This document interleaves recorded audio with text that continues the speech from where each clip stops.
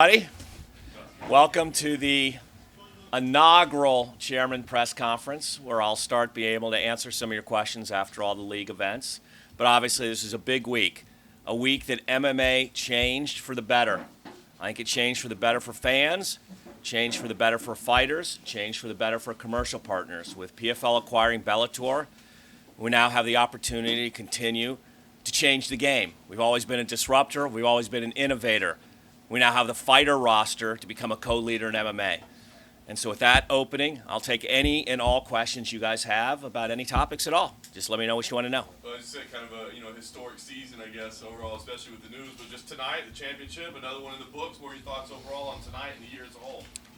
Well, just tonight, look, as a fan, I want to see more knockouts, right?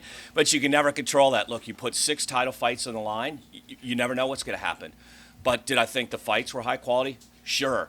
But do I love La Problema fight the best? Yes, it's a knockout fight. But what I always love is the meritocracy, right? You get Pineda coming out, and it's a real-world Rocky story. Braga and Pineda, they're $10,000 fighters. They worked their way up from the Challenger Series. That's what PFL is all about. January this year, nobody in MMA knew who those 2 guys were, including you guys. And you know more than anybody in MMA. Forget the fans. Nobody. They're real-world Rocky stories. They won the Challenger Series. Then they knocked off everybody to get their shot here. So I love that fight also.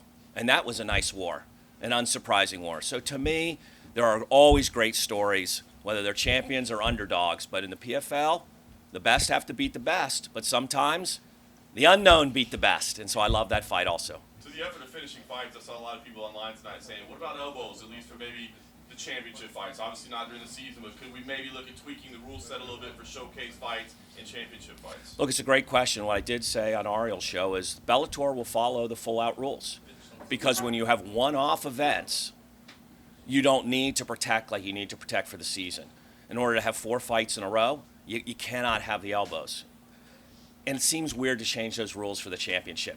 It's almost like playing different rules in the Super Bowl. So I think for now, it's really nice to have those consistent rules. But with the one-off event product now under the PFL umbrella, those will be a different set of rules. And you'll have not only no uniforms there, but elbows there. Yeah. 2 last ones for me real quick. We don't normally get to talk about matchmaking because the season doesn't, but now you get to, right? So with Problema, you mentioned he loved his fight. He said he likes Ngannou. Obviously, you've got Bader as the reigning champion with Bellator. So what are your initial thoughts there? Do you do champ versus champ? Do you put him in the Ngannou mix? What's the thought? Initially, champ versus champ. Everybody's earned that. You've got to deliver what everybody's earned.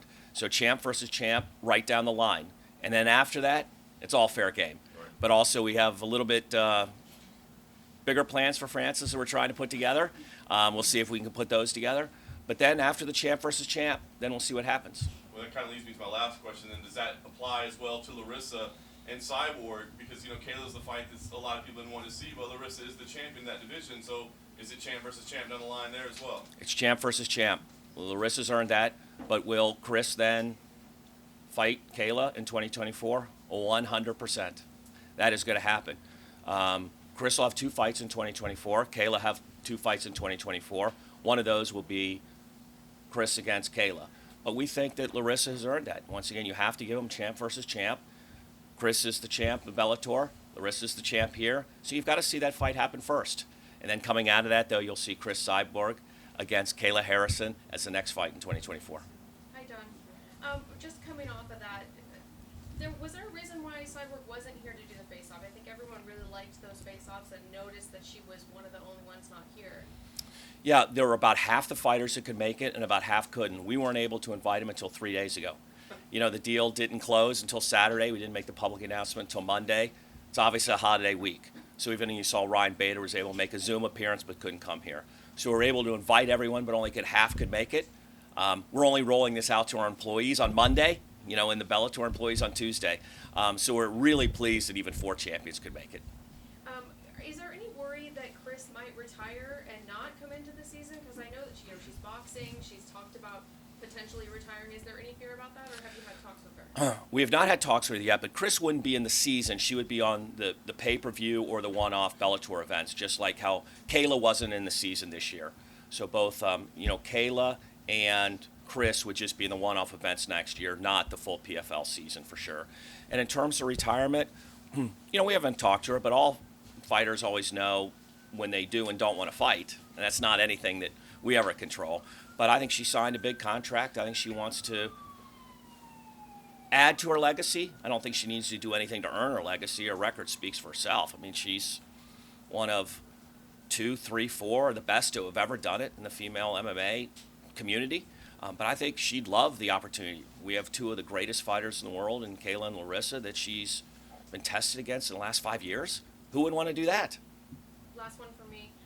Kayla was back here and she mentioned that she did not want to wait around for Chris. Do you have a plan for her in the meantime? If Chris is going to be fighting Larissa? We will develop a plan for her in the meantime. Kayla has earned the right to fight the best, and we'll make sure that she is happy and that she has really, really good fights. Thank you. All right, 2 questions here. Now with the acquisition of Bellator, is it going to be one big fighter pool, or are we going to separate it? Like have a Bellator conference, a PFL conference? Yeah, great question. Think of it as one big fighter pool. So separate 3 things that we've talked about. All fighters now are PFL/Bellator fighters. One company, one fighter pool. Second thing is we have different products. So we have a league season, we have now one-off events, and we have pay-per-view super fights. So there's 3 different ways that one pool of fighter can fight. Which product is right for the fighter and for the fans? And lastly, we have different brands. So the brands go against the products, but all the fighters are eligible against that. And that's just merely an example of what's the best fit. Some fighters don't want to fight 4 times a year. Some can't. That's why we have the different products in terms of the one-off events and the super fights. And now the super fights, as you're talking about, the big names, the Ngannous, the Jake Pauls, do we have any timetable on when we're going to bring them into the picture? Yeah, we've been pretty consistent on this. So Jake Paul is Q4 of 2024. He needs a full year to train. He started training about a month ago. There's 2 to 3 really interesting fights that we're working on with Nikisa and Jake, but I think that is October or December of next year. Francis, 2 possibilities, early or late, and that's opponent-driven. We don't want to force him early to have a worse opponent, but I think he'll either be, call it March timeframe or October timeframe. But both will fight in 2024 in the PFL. It's just what is the right opponent, and we don't want to force it. All right, thank you. Donn, you made a lot of fundraising calls this past year. What is it that actually stuck with investors and had this big round of funding coming in? Yeah, it's a really great question. Most people understood that MMA is big enough for more than one leading company. It's not a United States sport, it's a global sport. And when you look at the global fan base, all of you know there's 650 million fans. UFC, a great company, but they put on 40 events, and they do a different approach and a different product than PFL. So we said, 650 million fans, they need more than 40 events. There's 5,000 basketball games. There's 3,000 soccer matches. Can we at least get 100 great events a year? So our view was we don't need to compete with, beat with, take share from UFC. We're going to be a co-leader doing something very differentiated, very unique. There'll be 2 big, valuable companies. That's the basic pitch. And this is a sport that all of you know is very new. 25 years old is a business. Basketball, 75. So as we all studied sometime in high school or college, the growth curve is just starting. The monetization is just starting. The evolution is just starting. So that is really what people understood very well. Now, maybe the people who don't really study call it the evolution of business or call it the larger global fan base of MMA or what's happening in terms of the trends I talked about. They go, it's the NFL. There'll never be another one. That has nothing to do with MMA and nothing to do with what is going on with those underlying drivers of media companies want more, fans want more, fighters need another home. Well, all you need is media, fans, and athletes, and all of those would like to have another co-leader, and we're well on our way. This year we did 40% of UFC's viewership. What? Our brand is only 5 years old. Our brand is way, way, way ahead of us with much more marketing. So for us to do 40% already before the fundraise, before Bellator, before we launch new products, we're on our way. Great, thank you. And then the first question, obviously with the Bellator acquisition, I would say most fans can agree that the most stacked division in Bellator is the bantamweight division. We don't currently have one on the PFL roster. Is that potentially something you guys could look to add next season? Yeah, look, there's two big divisions, 185 and 135, where Bellator has probably the two best fighters in the world. Patchy Mix could beat Sugar. Doesn't have the hair, but he's got better fighting. And I think most people think that that's either a good fight or Patchy's a slight favorite. but it's a damn good fight. Same with Johnny. So those are two divisions of which may be number one in the world. Well, we didn't want to come out with those divisions this year because that wouldn't serve those guys. We're going to come out with those divisions probably in 2025. So we need a full year to build divisions strong enough that it would make sense in the league season. What makes sense this year? Put on fantastic fights in these 8 major events that we've talked about. So think of the 8 events as huge events on their own. When you see UFC, we all see what are the 8 or 10 best events they have of their 30. We want to make these 8 events almost that big. 2 championship belts on the line for all co-mains for those. Put them in the great cities of the world, at least 4 in Europe, a couple in the Mideast, a couple in Far East, maybe 1 in Latin America. Have each of those be tentpole events and have those worthy of a Johnny, a Patchy, the people that aren't in the season this year against the best opponents. It would make sense. And then one more. I know you touched on the viewership. So I've spoken to a lot of fans, and while we all enjoy the fights that you guys put on, I have noticed that some of them say that the pacing of the broadcast can sometimes be a bit slow. Is that something you look to change and address now that the roster has increased? Yeah. As you guys have heard me say, we don't want to be right, we want to win. All the time, we're self-critical. What's working, what's not, where we can improve, where do we keep it the same? We've looked to try to balance storytelling with pacing. The storytelling is there because a lot of our fans, half of them are sport fans, but they're new to MMA. So they don't know the fighters like those who love MMA know the fighters. That made the fights longer. So you see we've taken some of that storytelling out, pushed it through social and digital channels earlier, but taken it out of the broadcast. Do we take more of that out to give you more action right in a row? We're always looking at that kind of stuff. But this year, half of our viewing audience was new to MMA. That's why ESPN's liked us. We're actually growing the sport and the fan base. But as my mom always says, no free lunch. The more you do some storytelling to let people know about the fighters, the more time there is between fights. But are we always talking about it after every time? Yes. We're always talking about all these trade-offs and trying to say, what do fans find the best trade-offs? And we'll always keep looking at it. Donn, what can you tell us about? Yeah, here and then here. What can you tell us in terms of the conversations you've had with the Bellator fighters so far? Obviously, it's just been a week since everything was finalized. In terms of what are their thoughts on your vision, the PFL's vision, and everything moving forward? Yeah, here I've not had these conversations except tonight. I talked to Johnny, Patchy, Patricio, so a few of them I talked to tonight. But Pete Murray has talked to them. Ray Sefo has talked to them. Mike Kogan, who'll be coming over to work with us, has talked to them.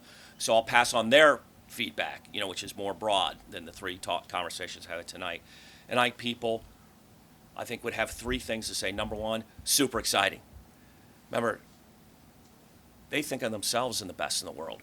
So they want to be the best in the world. And they see us building a company that wants to be bigger and better and not stand still. So that's good. Number 2, more opportunity. Bellator was not growing with opportunity, not growing with more fighters, not growing with more events, not growing, with more divisions. So more opportunity. And number 3, like all of us, hey, what's it mean for me? And I got a little bit of anxiety until I know what it means for me. And so we'll be talking to them over the next week, the next 10 days to say, what does it mean? And as we've said, fighters will have a choice. Are they going to be in the league season? Are they going to be in the one-off event product? What's best for them? What's best for us? What's best for the fans? So I think that's all going to work out really good. But until we're able to communicate that, there's always a little bit of anxiety about everything new. We all went to first grade. We were all nervous. This is new, right? And so this is all a little bit. But I think the overriding thing is excitement because this company has nothing short of a co-leader ambition. And we're not scared of anything, and they like that. And number 2, more opportunity for them. Yes. Yeah, Ray. Yes. You just said moments ago that champion versus champion, right? So that means Hernan Problema is fighting Ryan Bader. If that's the case, so what's the scenario for Francis Ngannou? Do you have an update about when he's fighting, who he's fighting? We don't have an update. We're working on a very big fight with Francis and his team. We're targeting a mixed rules fight that we think would be the biggest fight of 2024 for Francis. So it would be under mixed boxing and MMA rules. We'd like to be able to put that together. We have two possible opponents, of which one is much more exciting than the other. But we don't have anything else that we can say right now. I don't want to speak out of school. You know us, we tend to not announce things before things are done, and we try to respect all kind of confidentiality. But we're working on stuff. We'd like to put it together. We think there's some mutual interest, and we're working really closely with Francis on it. So you're not saying any names, Deontay Wilder or any other name? No. Yeah. Okay, with that being said, sorry. Yeah. So the first title shot of the title fight this night, Gabriel Braga. Yeah. Do you think it was a nervous stoppage? Is there something going on about it? I don't know what happened with the referee. You know, I respect everybody's, as my dad says, every job is easy until it's yours, right? And so you have to defer to the experts. I don't like anything that's on the early side. You know, you'd always like the late side, but then you worry about safety. So, you know, I have the same things that you guys think about all the time. You know, in hindsight, when you review the TV, you always like never to have anything stopped early. I haven't seen any of the replays yet to be able to comment on that. Hey, Don, two Yeah. quick ones for me. One, you mentioned several of the countries. I was curious what specific cities the PFL would be interested in going to in 2024. I don't want to steal thunder yet. We hope to be able, Pete Murray hopes to be able, and then before Christmas, to be able to give a schedule for next year. So I think this won't be long. I think this will be able to tell you 3 weeks, maybe 4 weeks at the most, to be able to outline the schedule for 2024. He's been working on that. We worked on that even before the acquisition was done. But as I said, 6 of the 8 events will be outside the U.S. Our focus will be on giving international fans more top-shelf product than they've been able to get before. Almost all of the league seasons of PFL is in the U.S., so we see this as a great complement to serving global fans. And lastly for me, you mentioned moments ago that Bellator shows would not have the outfit and the sort of uniform that the PFL ones have. Am I correct in assuming that we're bringing the sponsorships back to the shorts and maybe adding that additional income stream to the fighters?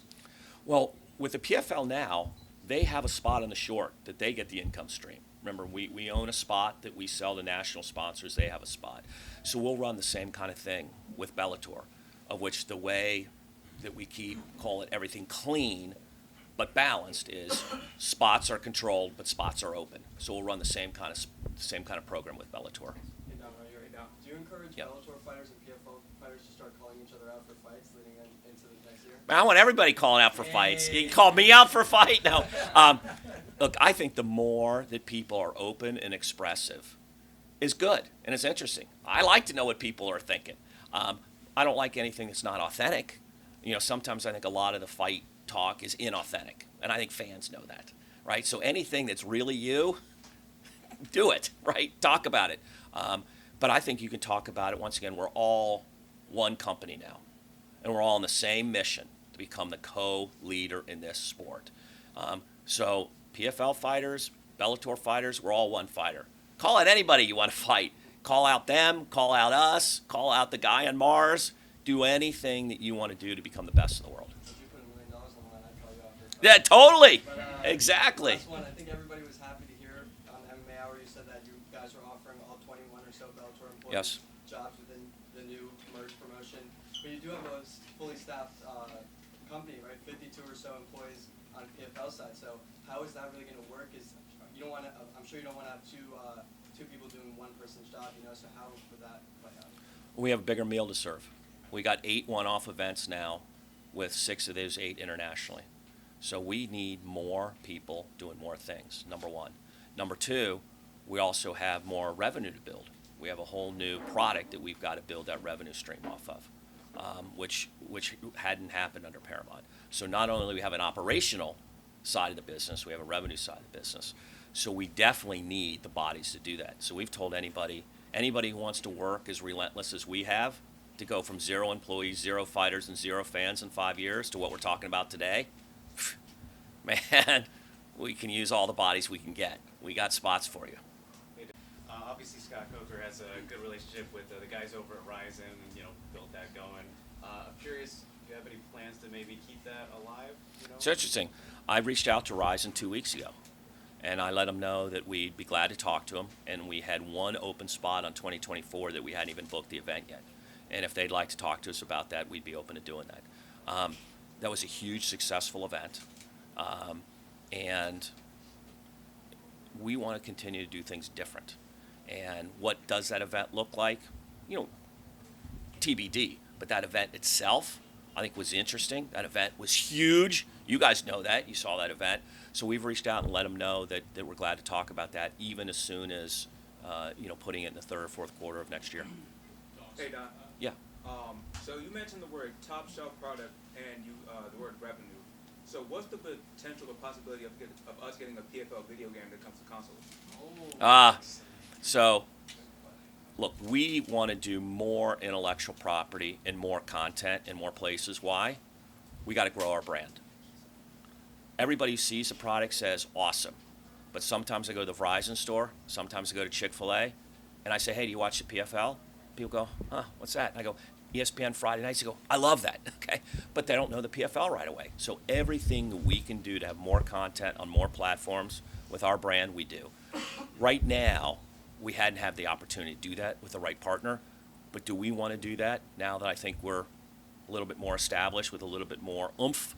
Yeah, we're going to look to do that next year. But we haven't had the opportunity to do that yet with the right partner, to be honest. Let's give Mike from MMA Junkie back. Yeah. I tweeted out your comments about wanting to do a Cyborg and Pacheco next, and Chris actually just responded saying lots of plans being made and announced. I've not had contact with anyone from PFL since news of the purchase. One thing I'll control is how my career finishes. So I guess just your thoughts on that response from her. Yeah, we're not booking anybody's fights without talking to them. But we're just doing a champions versus champions card, which any champion who wants to fight will be able to fight any other champion. Any champion that doesn't want to fight won't participate. We can't make anybody fight, right? So we're not planning anybody's career, whether they're in the PFL or whether they're in the Bellator, other than we're doing a champions versus champions card. And all champions who will show up, will show up. All who won't show up, won't show up. Yes. Tom, right here. Yeah.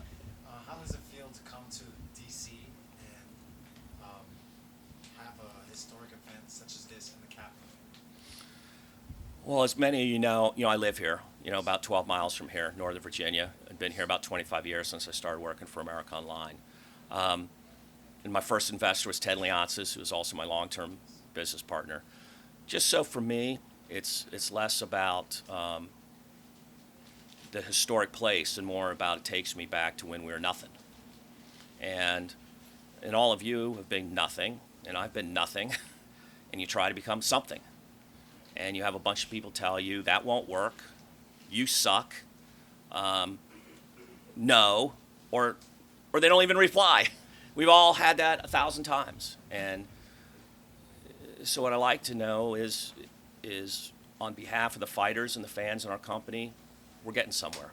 We got a long way to go, but we're getting somewhere. And people said there'll never be another company other than UFC that's relevant, that's interesting, that's premium, that's good, that's global, that fighters want to be at, that media companies want to carry, or whatever other bad thing you want to say. And we're now there. So we've got a whole nother chapter, and then one other chapter after that. But we're relevant, and we're making a difference, and we're making a difference for a lot of people that care about MMA, and we're doing something different. And so that's really what I felt tonight, is to call it Chapter 1, check. Chapter 2, let's go. We got time for one more. Yeah. Let me hit it over here. Go ahead. Yeah. Quick question. So I know everybody asked about the divisions when it came to Bellator and PFL. So given that you guys do have a women's 125 and a men's 135 in the European scene, Yes. would it go? So if they were to win the championships over the European series, would they face the Bellator champions as well? No, they wouldn't be ready to do that. Good question. As some of you have seen, in Europe, next year we're launching PFL Mideast in April. In 2025, we'll launch PFL Africa with Francis Ngannou as the chairman. Each of those areas start to build different divisions so that we can add other divisions into the season and we want to not start from scratch because then they'll be too weak. But those champions win a spot, but they're not ready yet to obviously challenge somebody as top notch as a Bellator champion or a PFL champion. As great as they are, like Dakota or Cedric, they're not at that level yet, and they've got to earn that a little bit more. Let's give it up for Donn Davis. Thanks, guys. Appreciate you coming.